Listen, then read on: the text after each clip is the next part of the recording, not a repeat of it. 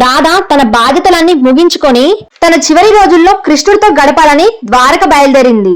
అక్కడ రాధాదేవి ఎవ్వరు గుర్తుపట్టకుండా కేవలం కృష్ణుడు మాత్రమే గుర్తుపట్టేలా సేవకురాలుగా చేరింది. అలా కొన్ని రోజులు సంతోషంగా గడిపారు.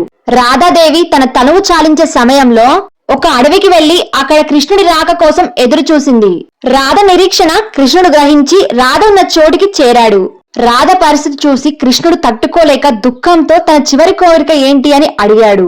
నీ రాక నా అదృష్టం, నీ వేణుగానం నాకు స్వర్గం, ఒక్కసారి నీ వేణుగానం వినాలనుంది కన్నయ్య అని రాధ అనడంతో కృష్ణుడు దుఃఖంతో తన వేణుగానాన్ని మొదలుపెట్టాడు. రాధ కృష్ణుని వేణుగానం వింటూ ఆనందంగా మరణించింది.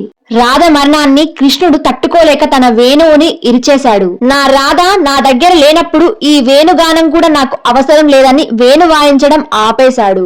రాధాకృష్ణుల ప్రేమ ఒకరి నుంచి ఒకరు ఏదీ ఆశించలేదు. వాళ్ళ ప్రేమ బంధాలు బాధ్యతలకు ఎన్నడూ అడ్డు కాలేదు. వాళ్ళ ప్రేమ ఎలాంటి స్వార్థానికి లొంగకుండా కర్తవ్యాల కోసం కష్టపడ్డారు. రాధాకృష్ణుల ప్రేమ మనసుతో ముడైందే కాని శరీరాలతో కాదు. రాధాకృష్ణ పరిచయం చేసిన ప్రేమ ప్రస్తుతం చెడు వైపు వెళుతుంది. రాధాకృష్ణ ప్రేమ కథ వలనైనా కొంతమందిలోనైనా మార్పు వస్తుందని కోరుకుంటూ జై రాధాకృష్ణ. వీడియో కనుక నచ్చితే please like and subscribe my channel. Thanks for watching.